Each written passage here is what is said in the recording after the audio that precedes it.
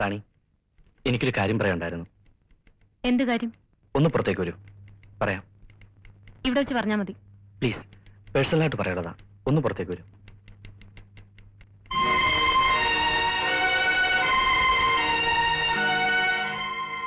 എന്താ? റാണി അന്നൊരു ദിവസം എന്നോട് പറഞ്ഞില്ലേ 50,000 രൂപ കൊണ്ട് തന്ന ജോലിയിൽ നിന്ന് മാറിത്തരാമെന്ന്? കാര്യമായിട്ട് പറഞ്ഞാണോ അത്? മനസ്സുണ്ടായിട്ടൊന്നുമല്ല. നിങ്ങളുടെ വാശി കണ്ടപ്പോ ചെറിയൊരു ഇഷ്ടം തോന്നിയപ്പോ ഒന്ന് തോറ്റു തരാമെന്ന് കരുതിയെന്നേ ഉള്ളൂ. 50,000 പോയിട്ട് 50 പൈസയുടെ നിലയും വിലയില്ല തുരുത്തനാ ഞാൻ. കടം കൂടിയപ്പോഴാണ് നാട് വിട്ടത് തന്നെ. ഒരു ജോലി കയ്യിലുണ്ടെങ്കിൽ കടക്കാരെയൊക്കെ ഒന്ന് പറഞ്ഞു നിർത്താലോ. അതിനാ ഒരു ജോലി എളുപ്പം കിട്ടാൻ വേണ്ടി ഈ ബഹളമൊക്കെ ഉണ്ടാക്കിയത്. ബഹളം ഉണ്ടാക്കാനല്ലാതെ മറ്റൊന്നും എനിക്കറിയില്ല. അതിനുള്ള കഴിവുമില്ല. ജോലി റാണി തന്നെ എടുത്തോളൂ.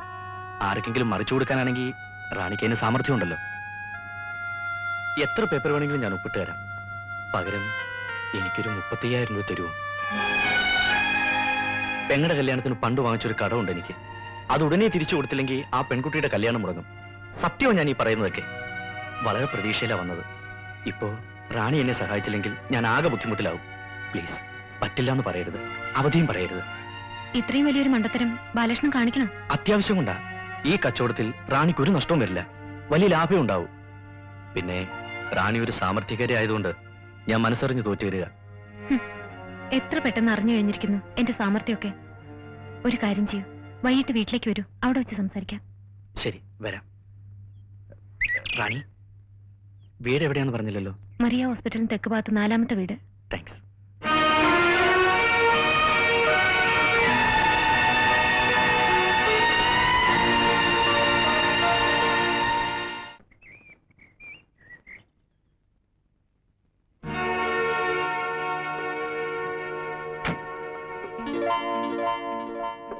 ഇതാമേ നമ്മൾ വെക്കുന്ന വീട്.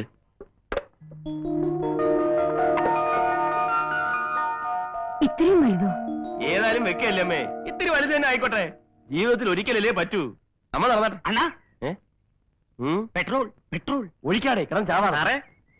സാറ് കൽക്കട്ട എപ്പോഴെത്തി? ഇന്ന് രാവിലത്തെ ഫ്ലൈറ്റിലെത്തി. നേരെ അമ്മയും കൊണ്ട് ഇങ്ങോട്ട് പോകുന്നു. ഞാനിവിടുത്തെ മേസ്ത്രിയാ.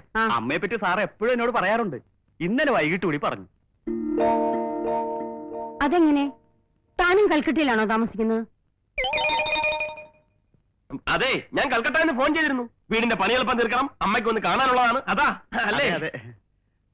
അമ്മ ഇങ്ങോട്ട് നടന്നാട്ടെ. എടോ, താൻ ഓവറാക്ട് ചെയ്ത് ചളവാക്കുമല്ലേ? എന്താണ്? ഇയാൾക്ക് എന്താന്ന് വെച്ചാ കൊടുത്ത് തൊലക്കി. എവിടുന്ന്? നീ കൊറേ ഞാൻ അഡ്ജസ്റ്റ് ചെയ്യാം. അണ്ണാ, പെട്രോള്. എടാ ഒഴിക്കാടാ പഞ്ഞങ്ങള്. അല്ല പക്ഷേ, അതാരാ? അവന്റെ അമ്മയാണോ? അമ്മ തന്നെയാണോന്ന് എനിക്കും സംശയമുണ്ട്. അല്ല, അച്ഛൻ. ഇയാളും ചുമ്മാ ഇടൂ. താനെന്തിനാ എന്നോട് ചൂടാവുന്നത്? ആശാനെ, അമ്മ തന്നെയാണെന്നാ എന്നോടും പറഞ്ഞിരിക്കുന്നത്. ഇന്നലെ വൈകുന്നേരം വന്ന് ഉറപ്പിച്ചിട്ട് പോയതാ. അമ്മ വരുമ്പോ ഇങ്ങനെയൊക്കെ പറയണമെന്ന്. ഏതായാലും ആള് മഹാവില്ലനാ. അതാണ് നമ്മുടെ ഓഫീസ് റൂം. അവിടെ നമ്മൾ കംപ്ലീറ്റ് മാർബിൾ ഇടാനുള്ള പരിപാടിയാണ്. ഇവിടെ അമ്മയുടെ ഒരു വലിയ ഫോട്ടോ. ഇവിടെ ഒരു ഊഞ്ഞാൽ അമ്മയ്ക്കിരുന്ന് ആടാൻ. ഇവിടെ നമ്മൾ കംപ്ലീറ്റ് സ്ക്രീൻ ഇടും. അപ്പുറത്തെ ഡൈനിങ് ടേബിൾ. അവിടെ ഞാനും അമ്മയും എന്റെ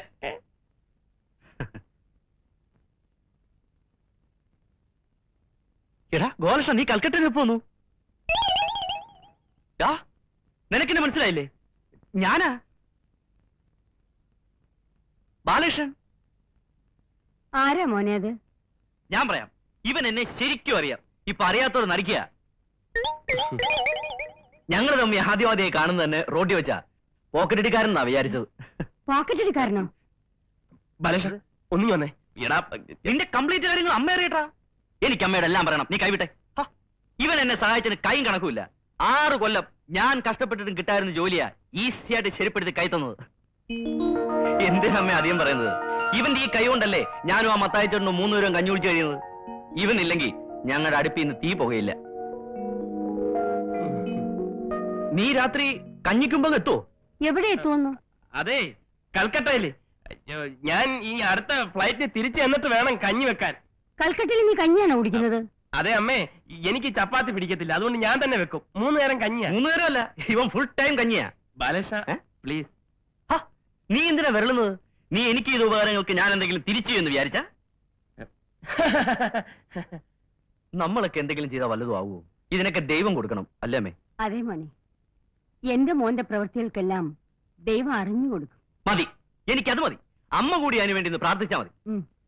ഒരു 100 രൂപ. എന്തിനാ? നിന്റെ പേരിലാ വഴിപാട് കഴിക്കാനാ. കൊടുക്കും മോനെ. ഏത് വഴിപാട്? നീ മറന്നുപോയോ? അന്ന് ആ വെള്ള പേപ്പറിൽ ഒപ്പിട്ട് കൊടുത്ത ആ ഗണപതിക്ക്. ഇവനിങ്ങനെ എല്ലാം മറക്കും. സ്ഥിരം സ്വഭാവോ. അമ്മേ, ഞങ്ങൾ പോരാ. ഡേ നീ വന്നേ. ഡാ, നിന്നെ ഇപ്പൊ എനിക്ക് വേണമെങ്കിൽ ഒടിച്ചു നുറുക്കി കൈ തരാം. പക്ഷെ ഞാനത് ചെയ്യുന്നില്ല. നിന്നോടൊക്കെ പ്രതികാരം ചീട്ടി ഈ ബാലകൃഷ്ണൻ ഒന്നും നേടാലടാ. വയ്ക്കോ, വയ്ക്കോടാ. ഒന്ന് നിന്നേ. ഒരു കാര്യം കൂടെ ചോദിച്ചോട്ടെ. ആ സ്ത്രീ അത് നിന്റെ അമ്മ തന്നെ ആന്നോടാ, പട്ടി?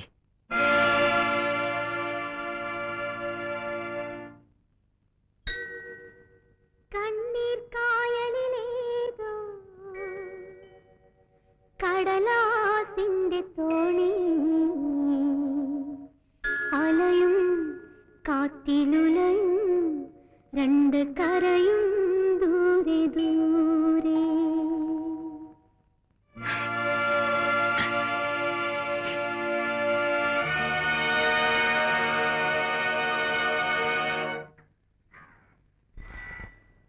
ഹലോ, ഒന്ന് നിൽക്കണേ.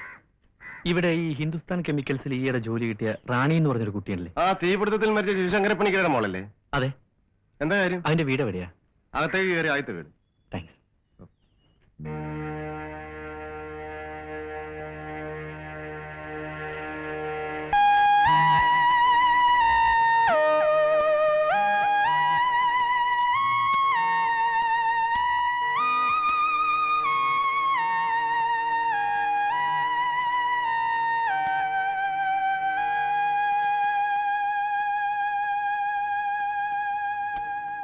കുട്ടികളെ, റാണിയില്ലേ ഇവിടെ?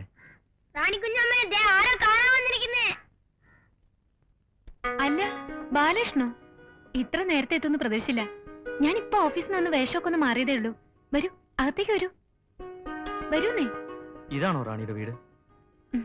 തീരെ പ്രതീക്ഷിച്ചില്ല അല്ലേ? വരൂ. കൊന്നുകളയും ഞാൻ. ഈ പടി ചവിട്ടി കേറുവോ? എടാ, ഈ പടി ചവിട്ടി കേറുവോ? അത് അമ്മേ, എടാ, ഈ പടി ചവിട്ടി കേറുവോന്ന്? ഏരാനും കേട്ടവനെ.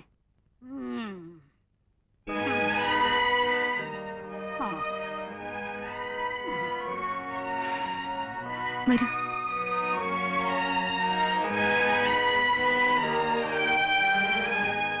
അച്ഛന്റെ മരണശേഷ അമ്മ മാനസികമായിട്ട് തകർന്നത്. ആദ്യം 2 വർഷം നന്നായിട്ടൊക്കെ ചികിത്സിച്ചു. പിന്നെ എല്ലാരും അങ്ങ് ഉപേക്ഷിച്ച മട്ട. എല്ലാരും എന്ന് വെച്ചാ ഈ ഞാൻ പോലും. ബാലകൃഷ്ണൻ എന്താ ഇരിക്കാത്ത? ഇപ്പോഴും അമ്പരപ്പ് മാറിയിട്ടില്ലെന്ന് തോന്നുന്നു. ഇല്ല, ഞാൻ ഇങ്ങനൊന്നുമല്ല റാണിയെ കരുതിയിരുന്നത്. ഇന്നലെ വരെ ഞാൻ കണ്ട റാണിയാണോ അതോ ഇന്നീ കാണുന്ന റാണിയാണോ? ഏതാ യഥാർത്ഥ റാണിയെന്ന് എനിക്കിപ്പോഴും സംശയം. സംശയിക്കണ്ട. ഈ മുമ്പിൽ നിൽക്കുന്ന ആള് തന്നെയാ യഥാർത്ഥ റാണി. അവിടെ ഇരിക്കുന്ന ഭ്രാന്തിയായ അമ്മ, അകത്ത് തളർന്നുറങ്ങുന്ന ചേച്ചി, ഭർത്താവ് ഉപേക്ഷിച്ചതാ. അവരുടെ 4 പെൺകുട്ടികളാ ആ കളിച്ചോണ്ടിരുന്നവര്. ഇവരൊക്കെയാ ബാലകൃഷ്ണൻ പറഞ്ഞ സാമർത്ഥ്യക്കാരുടെ സ്വത്തുക്കൾ. ഇതൊന്നും സാരമില്ല. ഇനി ഒരു സ്വത്തുണ്ട്. അതാ എന്റെ ഏറ്റവും വലിയ ദുഃഖം. ഉണ്ണി, ഉണ്ണി. എന്താ ചേച്ചി? ഒന്ന് ഇവിടെ വരെ വരാമോ? വരുന്നു.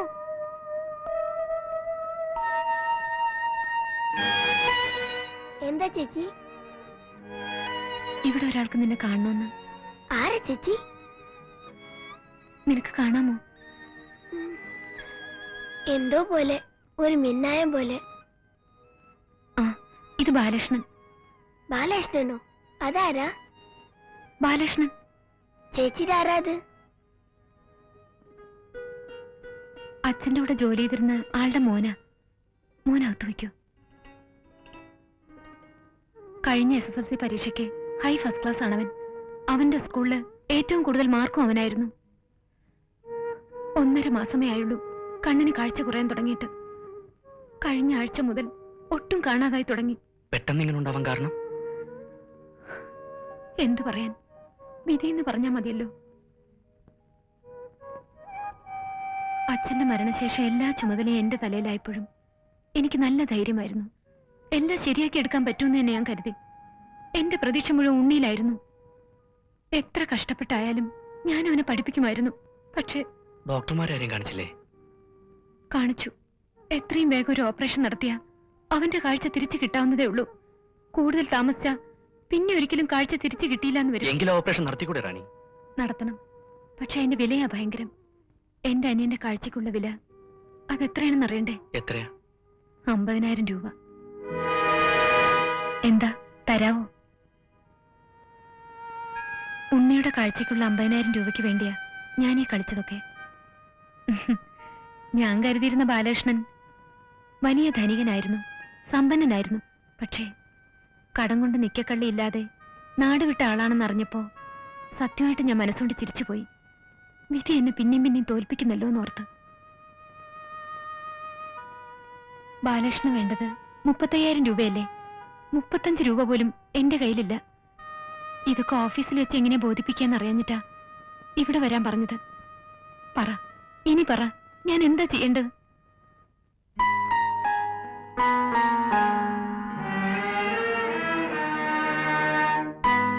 എനിക്ക് ചെയ്യാവുന്നത് ഇതേ ഉള്ളൂ. എന്റെ രാജിക്കത്തായത്. അവകാശപ്പെട്ട ജോലി ബാലകൃഷ്ണൻ തന്നെ ഇരിക്കട്ടെ. അവിടെ ഇരുന്ന് എങ്ങനെയെങ്കിലും ബാലകൃഷ്ണന്റെ കാര്യം സാധിച്ചെടുക്കാൻ നോക്ക്.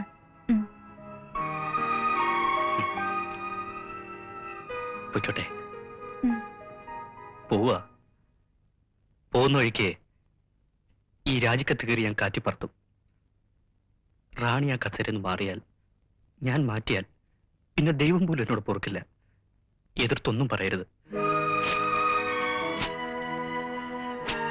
റാണിയുടെ ദുഃഖത്തിലും റാണിയുടെ സന്തോഷത്തിലും കൂടെ ചിരിക്കാൻ ഒരാൾ കൂടി ഉണ്ടെന്ന് വിചാരിച്ചു ഞാൻ. റാണിക്ക് വേണ്ടത് 50,000 രൂപ, എനിക്ക് വേണ്ടത് 35,000 രൂപ. ഇപ്പോ എന്റെ ആകെ ഉള്ളതാ 100 രൂപ. ഇതൂടെ കയറി കാറ്റത്ത് പറത്തി നോക്കട്ടെ.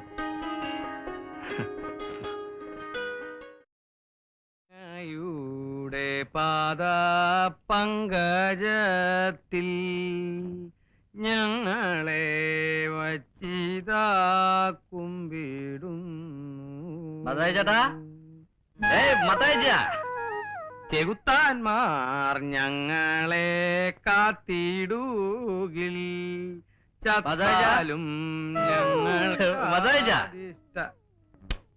ഗോപാലകൃഷ്ണ ഒന്ന് ചെന്ന് നോക്കി. അവന് ലേലം വിളിച്ചു വെക്കാനാ പോണേ.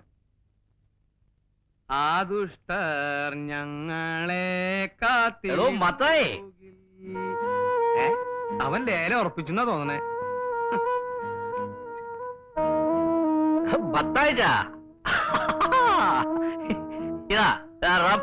ഇതിന് സ്വല്പം ഞാൻ വെള്ളം ചേർക്കാതെ അങ്ങ് കഴിച്ചു. ബാക്കിയുള്ളത് നമുക്ക് ഇന്ന് രാത്രി ഒന്ന് മുഴുവൻ ഒന്ന് തീർക്കണം. ജീവിതത്തിൽ ഇത്രയേറെ സന്തോഷം ഉണ്ടായിട്ടുള്ള ദിവസം വേറെ ഇല്ല. പിന്നെ എങ്ങനെ കുടുങ്ങിയായിരിക്കും മത്തായിച്ചേട്ടാ? അതെന്താടാ നിനക്ക് ഇന്ന് ഇത്ര സന്തോഷം? ആ നബിസുന്റെ കല്യാണമില്ലേ, അത് നടക്കില്ല. പൈസ കിട്ടിയില്ലേ? ഇല്ല. ആ പെണ്ണെന്ത് പറഞ്ഞു? അവിടെ ഒന്നുമില്ല മത്തായിച്ച, ഒന്നുമില്ല. അവളെ അപേക്ഷിച്ച് നോക്കുമ്പോ നമ്മളൊക്കെ രാജാക്കന്മാരാ, രാജാക്കന്മാര്. ഓ, അപ്പൊ അവള് പിന്നെ നിന്നെ പറഞ്ഞു പറ്റിച്ചൂല്ലേ? പറ്റിച്ചൊന്നുമില്ല. അവൾ പറഞ്ഞൊക്കെ സത്യമാ. ഒന്നുമില്ല അവിടെയില്ലേ. പക്ഷെ ഒന്നുണ്ട്, നല്ലൊരു മനസ്സ്. ദേ, മനസ്സിന്റെ പുണ്യൊന്നും നീ എന്നോട് പറയണ്ട. എന്റെ കയ്യിലുണ്ട് ഇത്ര വലിയ മനസ്സ്. അവളുടെ കയ്യിൽ കാശുണ്ടാ നിന്ന് പ്രസംഗിക്കുന്നത്? ഇതൊക്കെ കേട്ടിട്ടേ എന്റെ വയറ് കത്തിയിട്ട് പാടില്ല. നീ ഒരു ലേശം ഒഴിച്ചേ. ഇത് കിടത്താനാ? ഒഴിച്ചാ മതി മതി. ആ, വെള്ളം ചേർക്കണ്ടട്ടാ. എന്താണ്, എനിക്ക് വെള്ളം ഇഷ്ടല്ല.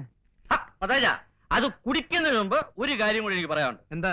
ഈ കുപ്പിയെ വാങ്ങിയ കാശ് ആരുടെയാന്ന് പറയാവോ? ആരുടെയാ?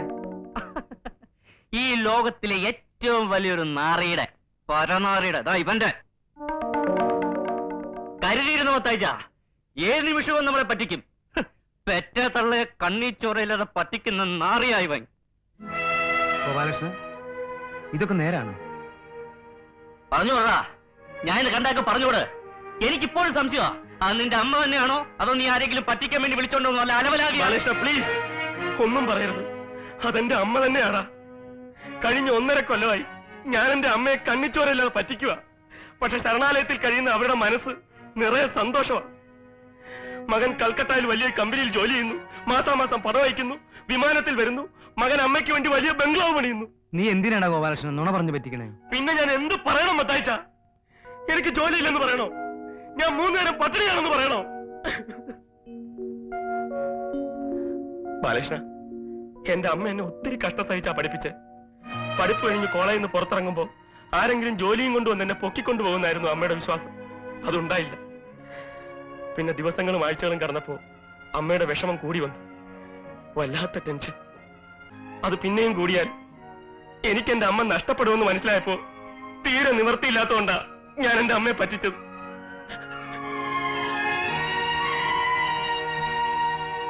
മത്തായി ചേട്ടാ, സത്യത്തിൽ ഇവൻ എന്റെ അമ്മയുടെ മുമ്പിൽ വെച്ച് എല്ലാ നുണകളും പുറത്തു കൊണ്ടുവന്നിരുന്നെങ്കിൽ ഈ രാത്രി എന്റെ അമ്മ ജീവനോട് ഇരിക്കില്ലായിരുന്നു.